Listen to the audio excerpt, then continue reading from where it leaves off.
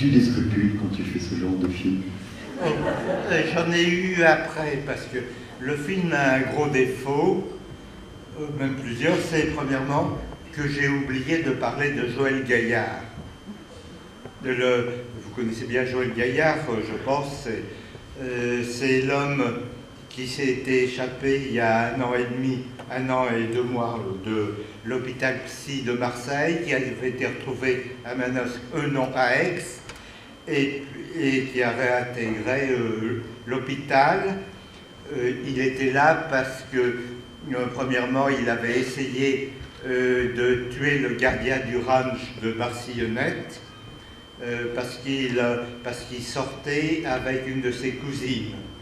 Et il le rendait responsable d'un assassinat d'une jeune fille à Barcillonnette qui n'a jamais été éclairci. Bon, en fait, c'était sans doute à tort. Et puis ensuite, il a tué un coup de hachette, si je ne me trompe, le compagnon de sa grand-mère, lequel compagnon était âgé de 83 ans. Et effectivement, c'était un sujet intéressant. Moi, je n'avais pas pris un peu par bêtise, parce que, en fait, ça s'était passé à Gap, qui était hors du Patagone, mais l'homme était de la sauce qui est dans le Patagone.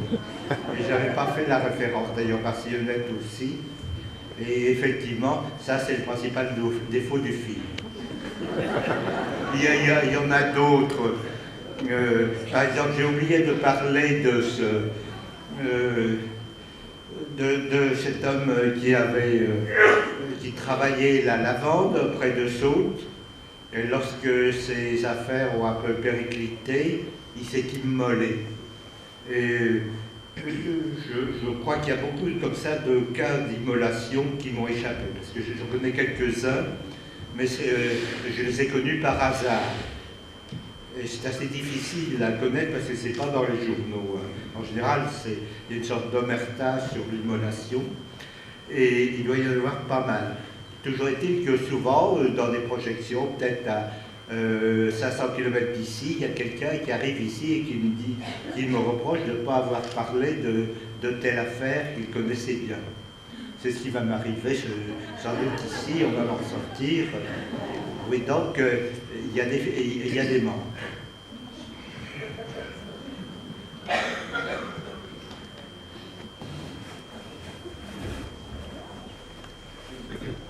En haut, derrière toi, Jex.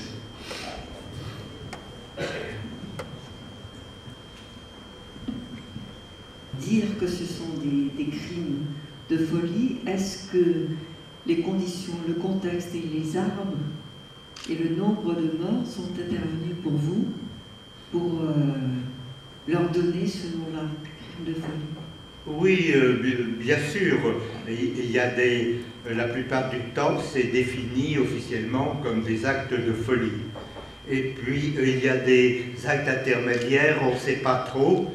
C'est difficile de déterminer où finit la raison et où commence la folie. Par exemple, il y a l'échelle de Richter. Eh bien, si on établissait une échelle de Richter de la folie, ça irait de 1 à 8. Est-ce qu'il faut compter la folie à partir de 1 ou de 4? C'est difficile à juger, mais enfin, quand même, il y a des éléments qui permettent de mieux situer. Effectivement, il y a l'histoire du nombre. Parce que ça paraît évident pour les cas de folie dure. Hein, quand il y a meurtre ou un suicide particulier. Pour la folie douce, c'est plus difficile, parce qu'il n'y a pas d'acte sanglant. Mais enfin, je crois qu'il y en a pas mal, mais il y a moins de preuves, parce que je connais ça, parce que je suis un peu du coin, parce que je connais ma famille et des proches, mais on ne sait pas tout.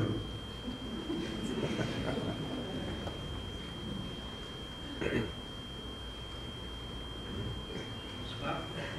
Il y a un crime duquel vous ne nous avez pas parlé. C'est passé dans la région en 1991 Il y a eu dans un petit village près de Baragne, je ne me rappelle plus le nom, il y avait deux garçons qui aimaient une même fille. Il y en a un qui a tué un de ses rivaux. Et il s'est trouvé que sur ces entrefaites, il y a Gilbert Guy, le prêtre des Loubards, qui est venu faire à l'Alcazar à Sisteron une conférence pour expliquer la situation aux gens de Sisteron. Et il leur a dit, demain je vais essayer de rabobicher toute la famille, les deux familles, parce que le village est coupé en deux, et je vais essayer de refaire l'unité du village. Alors il a dit, ce que je vous demande, c'est si vous voulez venir demain soir à la cathédrale de Sisteron, et je vous dirai le résultat de mes démarches. Et le samedi soir, l'église de Sisteron était pleine de monde, et il nous a raconté qu'il n'avait pas pu rabobicher le village, et toute la cathédrale de Sisteron pleurait. Ça, je l'ai entendu, je l'ai vécu. Bon, pour ce qui me concerne, les crimes sexuels, purement sexuels, jalousie, ne relèvent pas en général de la folie. Ce sont les deux motifs majeurs, l'argent et le sexe. Et ça correspond à une certaine forme de normalité qui est finalement un peu rassurante. Pour certains crimes, les gens du coin essaient de définir les crimes bizarres par des motivations sexuelles.